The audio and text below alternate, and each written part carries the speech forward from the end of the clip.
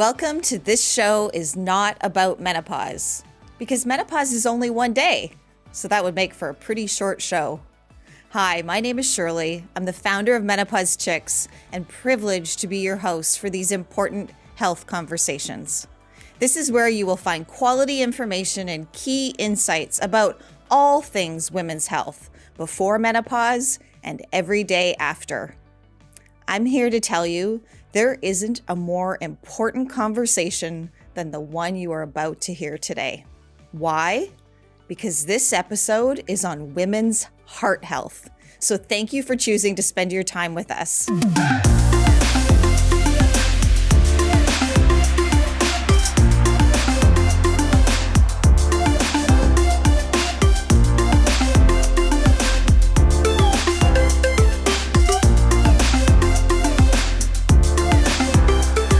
My guest is Dr. Alex Verge. Dr. Alex is a naturopathic doctor in Guelph, Ontario, and a leader in raising awareness around the prevention and treatment of women's heart disease. And before we get started, if you need to press pause, make a cup of tea, call your mom and sisters and friends for any episode, please make it this one. Every 22 minutes, a woman dies of heart disease in Canada, and it's preventable. So this is important. And heart disease kills 7 times more women than breast cancer. And most of us have at least one risk factor for heart disease. So I am a personal believer in the fact that we simply cannot talk about menopause without talking about our heart health. So I'm extremely grateful to welcome Dr. Verge to the show. Hi, Shirley. So pleased to be here. It's so great to be able to have this conversation with you. Thank you for taking the time. I want to dive right in. On your website, Dr. Alex, you talk about your personal philosophy around aging and getting older. Can you share those insights with us? Sure. Yes. And of course, cardiovascular health feeds right into that. But the idea sure does. that as we're getting older, we don't need to assume that everything we're experiencing is related to getting older. Of course, things will change, but it's really important to recognize that we can be supporting ourselves and feeling our best every step of the way through those different transitions.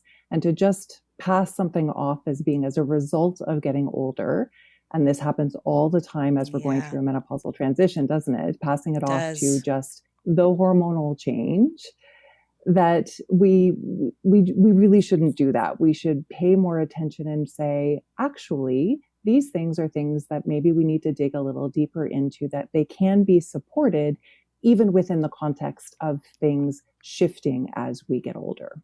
So true, isn't it? When I started this work, which was a little over a decade ago, I'll be honest with you, I really didn't connect the dots. I didn't know that I would be sitting here with you today, talking about the importance of heart health. And I don't think that even for many of our listeners in 2023, we've made that connection. So what is the connection to women, reaching 50, reaching menopause, and in addition, putting our heart health at the top of the to-do list? And I totally agree. When I start talking about or asking questions about heart health with the people that I'm seeing, there's often a bit of a surprise, unless, of course, they're coming in particularly for that subject.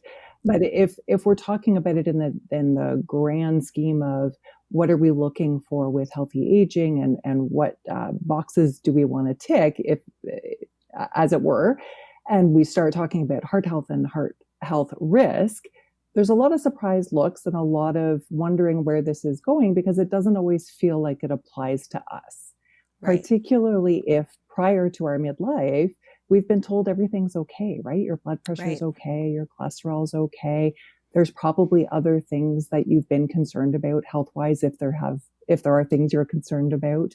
Heart health hasn't really rated, and even today, there's still information out there that sort of suggests that women aren't at the same risk as men, or this is something that we don't have to worry about until later. And often I'll put sort of in air quotes, later when it's almost too late, that's when we're going to start to pay attention, which is just such a shame. But it's a conversation that warrants earlier attention. So going really to the heart of your question, Yeah. I'll often talk about the convergence of time at midlife. Okay. So it's not just that we're starting to see age-related shifts to our heart health that everyone goes through, but we're also bringing a hormonal spin on that, right? So with the hormonal shift, we are going to see the estrogen levels come down, as you've really well explained in lots of your educational pieces. But especially estrogen changes, the impact on our heart health changes as well. So estrogen going lower will lead to a shift in our cholesterol levels, will lead to a shift in our blood pressure, will lead to a shift in the flexibility of our blood vessels. All of these things will contribute to a shift in our cardiovascular health over time in particular. But at midlife, we've got this age-related shift, we've got this hormonal-related shift, and we also bring a personal-related shift to other aspects of our lives. So, for example, if there were any pregnancy-related issues, hypertension in pregnancy, for example. So those things are not necessarily an issue in the years after the pregnancy, but they start to become additional risk factors around midlife. So that convergence that I'm talking about is exactly at this time where we've got these different pieces of the puzzle coming together to set a different scene that we might have been used to before. That was a long-winded answer. No, it's a great answer. And it sounds a little bit like music to my ears, because I have this hypothesis, so you can, agree or steer me in a different direction. But my hypothesis is that if every woman is talking to her healthcare provider at perimenopause, at menopause, maybe age 51 or shortly thereafter, that we have this incredible window of opportunity to check some of those health markers that you mentioned. I know cholesterol and blood pressure are important. You can fill me in on what else we need to pay attention to, versus trying to suck it up, get through it, put up with whatever it is that might be changing, and not having that conversation with our doctor till maybe we're 60 or 62. So I can't wait to hear what you have to say about that. Yeah, I 100% agree. And that's what I'm pushing for every day. Absolutely. Okay. Because we don't know what we don't know. That's such a cliche, but it's quite true. And my goal with these discussions is to have people to start to ask questions so that when these things start to shift, you're already able to hit the ground running, and being able to have those conversations, like you pointed out, in perimenopause and let's say early postmenopause, before things have really started to be around for too long, is when change is going to make the most difference. And it's not that there's an ever too late, even though I sort of alluded to that before, and I didn't mean it in the way it may have sounded. It's never too late to make changes which are going to support your heart health. But the earlier those changes are made, the earlier you put that support in, the better the outcome. I mean, I'll often talk about it sort of as compound interest. It's a concept people are really familiar with. But if you do those little changes early, you'll end up with a really great kind of balance at the end, if you will. Right on, right on. So, and you are a naturopathic doctor, so I don't think it's going to be surprising for anyone to hear that you do a lot of work in the prevention camp, correct? But yeah. Our traditional model for healthcare, or even our traditional model for the way we think about our health, is often in the reactive camp. Like, my father had heart disease, and of course it was very reactionary how his health story unfolded. So for those women that are listening right now and maybe don't have any issues, but maybe they know their family history, or they want to flex their curiosity muscle about prevention versus treatment in the heart health space, what can you tell us about that? And I absolutely love that idea of the the prevention and the flexing our curiosity. With cardiovascular risk factors or disease, and I think where I'd actually like to start with that conversation is to point out that with risk factors, that's not a disease, right? It is a thing that increases the risk of developing that condition over time. And so that's often also why we can set it aside more easily than other things. So having high cholesterol doesn't guarantee you're going to have heart disease, but it significantly increases the risk. But if we have a condition that's sitting right in front of us, especially one that's really impacting our quality of life, I'm going to use irritable bowel syndrome as an example, we're more likely to put the eggs in that basket, right? Because that's impacting our day to day. Whereas the high cholesterol is something that may become a thing down the road and isn't causing us any symptoms today. And so it's easier to kind of set it aside and say, I'll get to it. But back to that compound interest idea, we talk about sort of cumulative exposure. So little bits now have an impact over time. So flexing that curiosity from a prevention point of view can be starting to think along the lines that you mentioned, thinking about our family history. Do we have especially premature heart disease in the family, which typically qualifies us to be screened earlier, for example?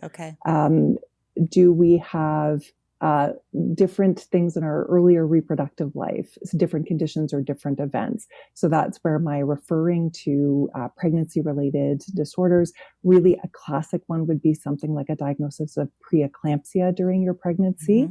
That actually is a really meaningful factor to bring up later on to a family physician, for example, to say, listen, I know this was 15 years ago, but I had these things that occurred in my pregnancy or in my pregnancies, and I understand that this may increase my risk of cardiovascular disease at this time or moving forward.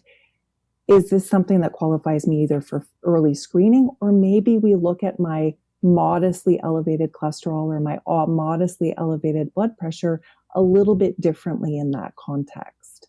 And so I think you're right. I think reaching out to whichever health professional or healthcare provider you're seeing on a regular basis and starting to ask those questions around, I have a family history. I have these scenarios that have occurred earlier on in my life. I maybe hit menopause a little bit earlier. So those women who are under 40, certainly with the premature scenario, but even early menopause, 40 to 45, maybe even before 50, there's a little bit of an increased risk.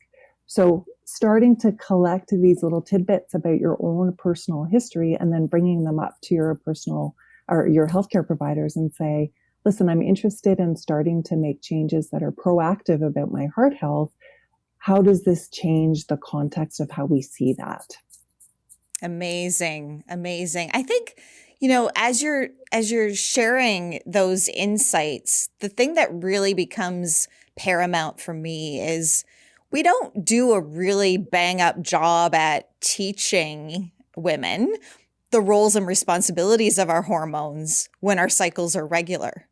So it seems almost foreign that we would be like sitting down and making a plan maybe at age 45 about what our health plan would be for when our cycles aren't regular anymore, or when our ovaries are no longer producing that quality and quantity of estrogen. So how do we close that gap and get women to be the bus driver of their health bus? Mm-hmm. Yeah, the way that I approach that, at least in my practice, and the way that I've started to think of it is, I'm not looking for specific people or specific scenarios. I've just started having a blanket conversation, which may not sound like personalized medicine that maybe naturopathic medicines are always known for, but we don't know everything about everything. And the people that are coming in, and even the person going through midlife, as you know, may not have the pieces of the puzzle. So being able to have someone say, or have resources that say, if you're going through midlife and your hormones are shifting as they do at this time, here are the different areas that will be affected by that. Now, for you, they may not be affected to the degree as they might be someone else, but something there might be more for you than it might be for someone else. So having to take the time and say, what is my history or my family history of osteoporosis? What are my medications? What are the use of medications that have been associated with low bone density, for example? So having not a checklist per se that you have to develop, but realizing that maybe giving thought to all of those areas that we are now really clear are impacted by the shift in hormones, cardiovascular health, cognitive health, vasomotor symptoms, bone health, sexual health, all of those things, being able to kind of go through each one of those sections and give some thought as to how you feel you're being affected and what the larger context of both your family history and past history might mean to those different areas, and then starting to delve a little deeper from there. I love it. Does that make sense? Yeah, it totally makes sense. And I'm thinking, if you are not at risk or higher risk for some of those situations, someone that you love is. Like there's a really good chance that someone that you know and love is. So we can take our own personal conversation scenario and bring it up at the barbecue or That's you know, the right. next get together, book club. Yeah. And Yeah. and really it could make a significant difference in someone's life. Yeah. I was just going to say, I mean, it may sound silly, but I'd love to have that conversation around the dinner table, going out with friends.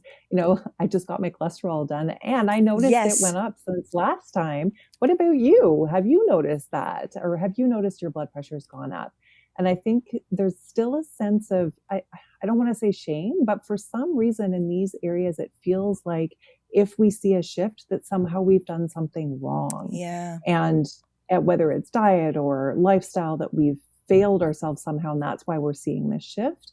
And it's so often not the case at this time, that it would be so great to have that conversation where we're saying, oh yeah, you've seen that go up? Me too. I hear that that's because our estrogen has gone down. Okay. Well, I'm coming to Guelph and we're having a dinner party. We'll host a dinner party. Yes. It's a date. Awesome. But let's break down some of those markers. We've mentioned cholesterol. We've mentioned high blood pressure. What are the health markers that you're looking for and that you really want to raise in the conversation? Well, as it turns out, those are the big two. Okay. Honestly, and particularly in Canada, these are the things that are going to be monitored most frequently. When we start talking about other investigations, if you will, they're usually, to use your term before, reactive rather than proactive. And that may be appropriate, to be totally honest. There's different rules that go into deciding when tests should be screening tests and when that they should be sort of diagnostic tests, right? And so particularly in the socialized medicine approach that we have, that it's important to recognize there may be reasons why it looks that way. But we also have to then, I think, put more support behind, or more value behind, the cholesterol and blood pressure measurements, right? And if someone finds out that their numbers are a little bit high, perhaps having, again, that curiosity around, well, what does that mean? What does a little bit mean to that particular physician or that particular naturopathic doctor, whoever's doing that blood work? Yep. Because there's sometimes a little bit of difference between how that's being judged, even though we do have guidelines to direct us there. And so I really do think that having a great handle on what those numbers are for you, and having them monitored on a regular basis to see and to capture if that shift occurs, is actually going to be a really do you a really big favor. But if I'm looking at the overall, what I'll call the wheel, which I'm taking really from the American Heart Association, which is their essential 8, of which cholesterol and blood pressure are part of. The other things that fall into that wheel of what we're going to call risk factors for cardiovascular disease are going to be more lifestyle related for the most part. It's things like Sleep was just actually added in this last year, so which is Sleep, wonderful to sleep is the see. best Yeah. medicine. hmm Yeah, and that was a real game changer, of course, because we've long known that that can have an impact on cardiovascular health. And Yeah. circling back to midlife, right? This is a component that can often be top of the list for people in midlife with that hormonal shift, that the sleep is shifting. And so we can lump that into now the cardiovascular health piece. So we've got blood pressure, cholesterol, sleep, diet or nutrition specifically, movement. These are the different factors. But when it comes to the lab work, it comes to the things that we're working with our healthcare providers that we can't do for ourselves. The cholesterol is probably number one, and then blood pressure number two. And it's not that we can't measure blood pressure on our own. We Right. luckily have the ability to do that. And I'm always encouraging people to have at-home monitors. I'm that person who pushes for that don't wait until you have been told that your blood pressure is high to get an at-home monitor. And it doesn't mean I think you should test it every single day. That's not the way to do it either. But it's just so valuable to get a sense of what your blood pressure does in normal days and in abnormal days when our ups and downs of real life hit. Right, right. Okay, so I'm wondering if you have maybe a case study in mind or a typical example. If someone finds that their numbers are in a, out of range or a concern for their physician, what's on the menu? What are the sort of the typical things that you would recommend? So that's a great question, because I'll always start with the statement that the best treatment is a good diagnosis. And what I mean by that is that for cholesterol and blood pressure in particular, that there actually can be secondary causes for those elevations, right? So instead of just going into it thinking, oh, it's because my estrogen has changed, or, Right. you know what, it's been the summer, I've been having more barbecue, and obviously that's the reason that my cholesterol has shifted. Those things may contribute, of course, and particularly the midlife shift is the thing that we focused on today. But there can be other reasons for cholesterol going up unexpectedly and blood pressure going up unexpectedly. And if there are other reasons for those shifts, there may be other solutions. So I won't go into those details, but that's why it can be really important to get a comprehensive understanding of why those things may have gone up, particularly if they went up quite suddenly.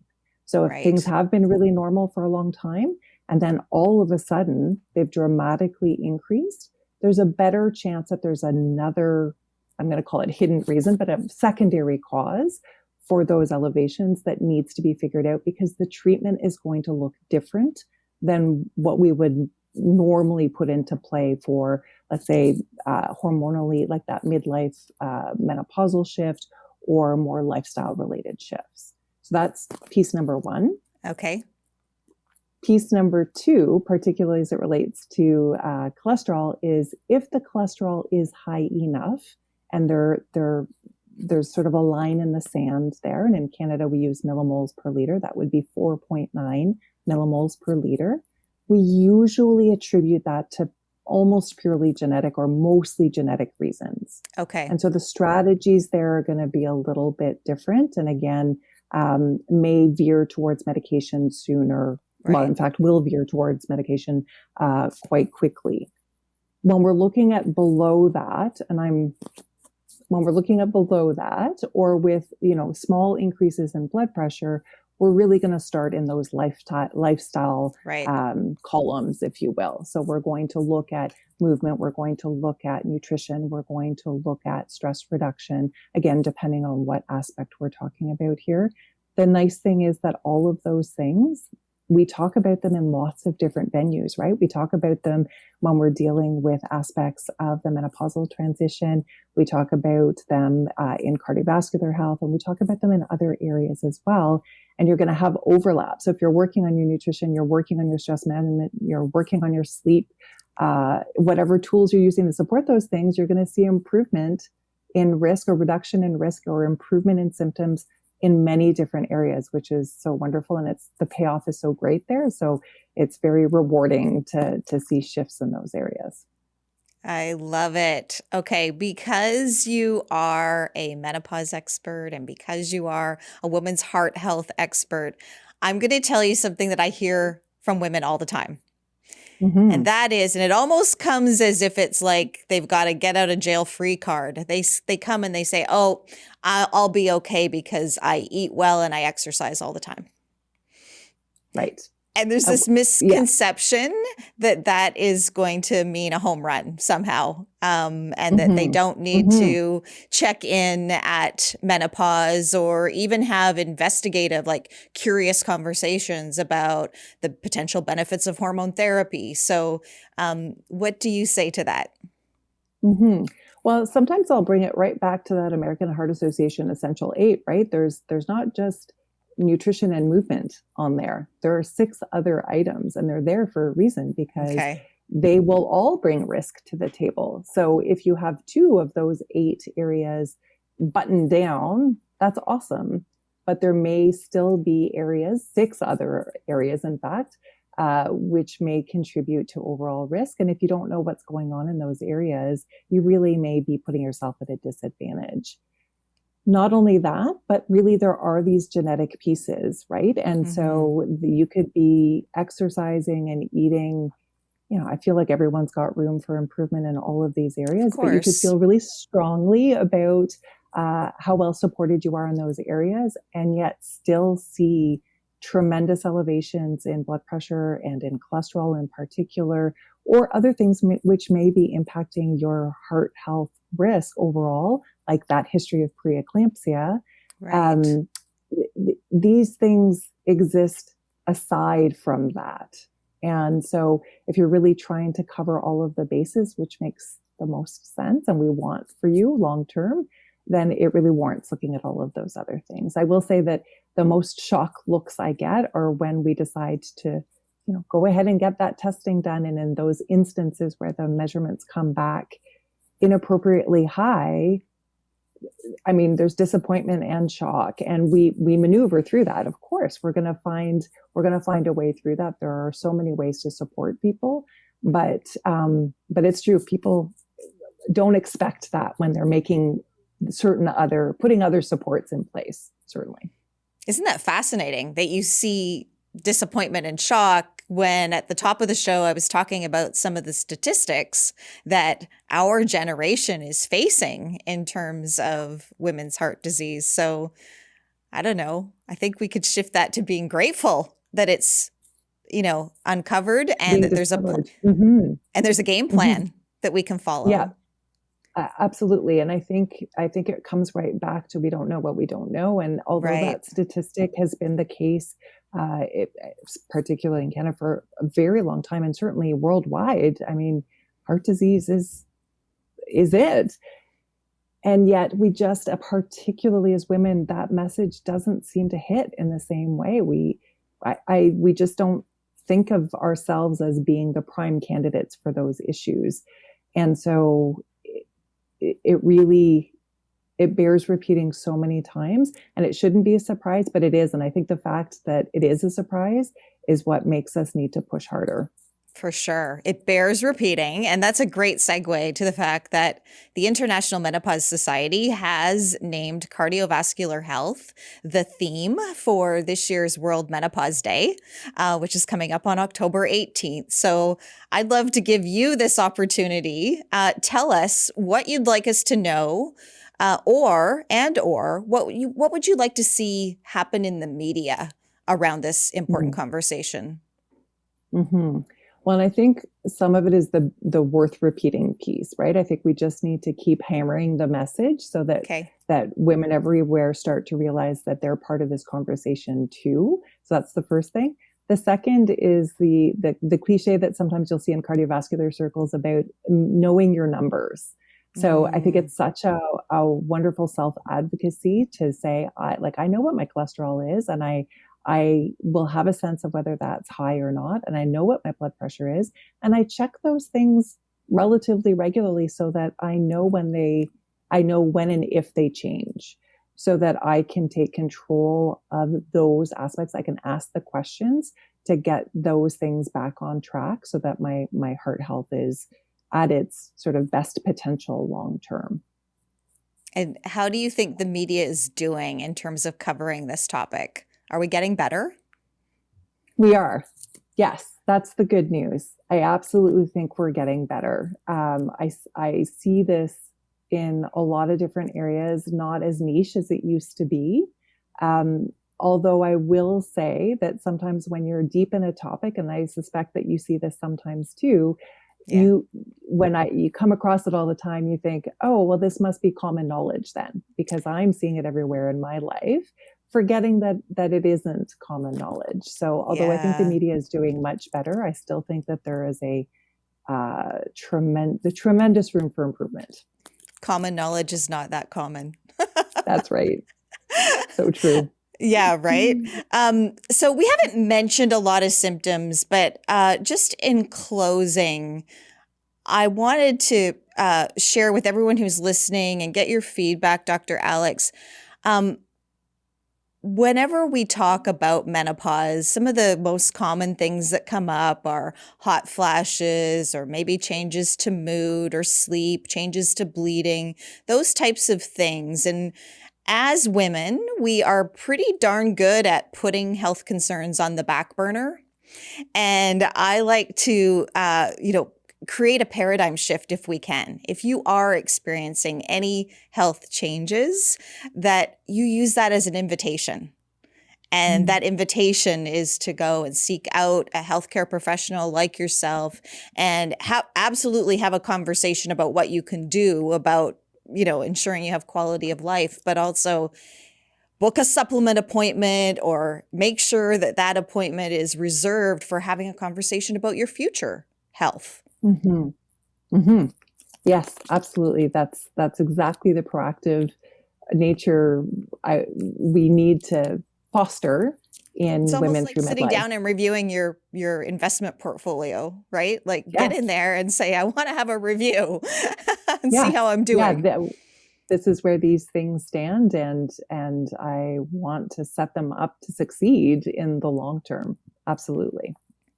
Mm-hmm. Amazing. Tell us about your work, where you're located, and if you have any closing words, I'd love to hear them.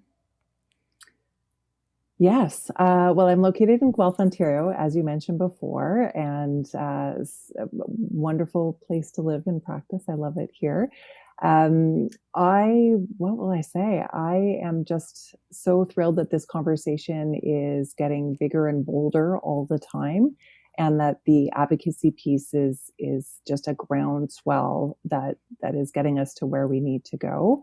The cardiovascular conversation is lagging a little bit behind, even as part of the menopause conversation. But I'm so happy that these two things are coming together, because they do come together. And so, as you said, when you have some symptoms or experiences through midlife and you're reaching out to those healthcare providers of all kinds, remember your heart as part of that, because that's not going to necessarily speak out in the same way as some of the other symptoms might, but it's there in the background, and we need to give it the TLC. So give your heart the TLC by fostering that curiosity and asking questions around what that looks like and knowing your numbers. Know your numbers. Mm-hmm. Thank you so much. And we can't forget, you should be congratulated because you lead a fellowship of Mm. other doctors, naturopathic doctors, and the topic is all about women's heart health and heart It's health. all about heart health, and we often will delve into women's heart health because that's often what naturopathic doctors will spend some time with in women's health. So yes, it's a wonderful opportunity to start building that knowledge base for Yeah. naturopathic providers in Ontario and across Canada. Yeah, it's really great news because for my audience, when we're seeking out who we want on our health team, just knowing that they have taken the extra time and effort for that investment in knowledge and research and planning and building their colleagues, learning from their colleagues' expertise as well. I think it's amazing. So keep up the great work. Oh, thank you. And Thanks to you for as well, joining me Shirley. today. Thank you. It was my pleasure. Thanks. Thank you for listening. I know you have many options for where you spend your time, so I am grateful you chose this show today. To learn more about my guest, Dr. Alex Verge, please visit at AlexVergeND on Instagram and check out all her details in the show notes. If you enjoyed this episode, please subscribe, like, do all the things, and follow me on social media at Menopause Chicks. I'd like to say a big thank you to the folks who support this show and share my mission for women's health. Vichy Laboratoire, Ferropro Iron, Feel Amazing Vulva and Vaginal Moisturizer, and Intimate Wellbeing. You can learn more in the show notes about those organizations as well. Plus, a special shout out to the team here at Oh Boy Productions. And remember, someone you know needs this information. Maybe it's you. Maybe it's someone you love. So thank you for sharing, and see you next week on This Show Is Not About Menopause.